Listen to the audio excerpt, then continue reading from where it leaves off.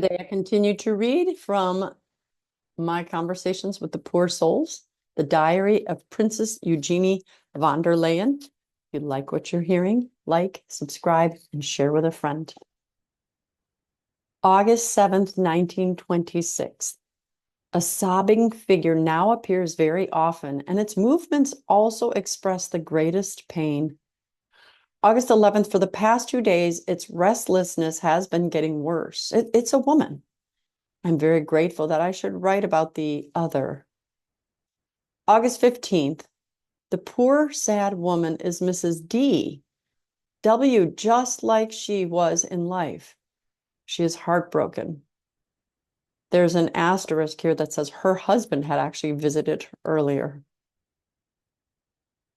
August 18th, always the same. She can't talk. She threw herself on my bed and cried horribly. August 20th, she was with me 7 times. Nothing to fear, just makes me very sad. Another asterisk here says, saints also became afraid that the evil spirits would lead them astray. A minister has urged her to stop making notes. This gave her scruples. That is why the diary shows a longer break after this date. So now we move to February 25th, 1927. So that's almost a 5-month break, 6-month break. February 25th, 1927. So now I'm writing again. All stupid scruples are gone. Mrs. W came to see me a total of 37 times. She was never terrible, just indescribably sad. She spoke very little. I asked, why do you have to suffer like that? You were so good. She said, God judges differently than people. Everything was external. I said, but didn't you have to suffer so much from grief and worry? She said, I didn't bear it in a sacrificial way. Then I didn't get her to talk anymore. Suddenly she stopped coming. And the note from her spiritual director here is that Mrs. W was well known to both the princess and the pastor writing the notes. Now she continues. Now comes the former K, ... Betty, who was in the hospital for so long. I didn't know she died, but heard about it later. She cries and moans terribly. It was only after many visits that I got her to speak. I said, where are you from? She said, from the deepest fog. I said, how did you find me? The light attracted me. How can I help you? Mortify yourself. I said, I'm amazed that you tell me that. I've talked to you about it so many times and you always said it wasn't worth it. She said, now I see everything in a different light. I said, do you have to suffer a lot? She said, the longing consumes me. Then she cried heartbreakingly and was gone. After a few nights, she came back. I asked, don't you have a will of your own yet? She said, no. I said, how did you come to me? She said, we follow a higher line. Our own will dies with the body. I said, may you tell me about the afterlife?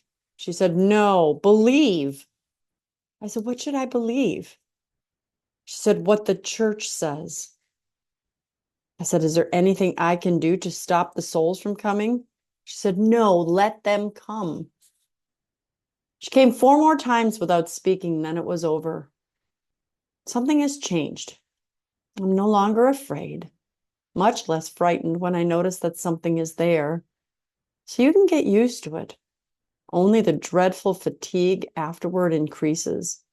Not physical fatigue like the exertion, but a mental slackness that even extends to the will. What used to cost nothing is now associated with a struggle. I want to, and sometimes I can't bring myself to do it. I was again in Germany 8 days. During this time, I saw 5 different figures. 2 danced together, and again I saw a child. And again, a child saw it. We played together. There was a lady standing between us. The child laughed and said, a new woman is here. She wasn't scary. That amazes me, that a child saw the poor soul as well. She continues, in G, I met a long dead gardener. He came closer and closer to me when he stood in front of me, he gave me a friendly nod. I said, are you N?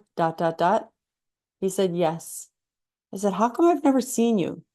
He said, I was still bound. How bound? I wasn't allowed to. Tell me more. How human you are. I've heard this accusation more than once. When I open a door, I often get the feeling that someone is coming towards me. Something brushes past me. I often hear my name called. Trees were being felled in the garden when gardener N suddenly stood in the middle of the men and also got to work. I asked a companion as a test, how many men work with you? Unfortunately, we only saw the living. I saw him 11 times, but he couldn't speak anymore. Ah, talk. What do I even want to talk about? It's always about the same thing. I really don't know what else to ask. For a while, I pretended not to notice my visitors. Then they became real tormentors, pushed, pinched, even hit me. My latest practice now is not to ask and not to speak, only to pray. I have no words for that. What are yours?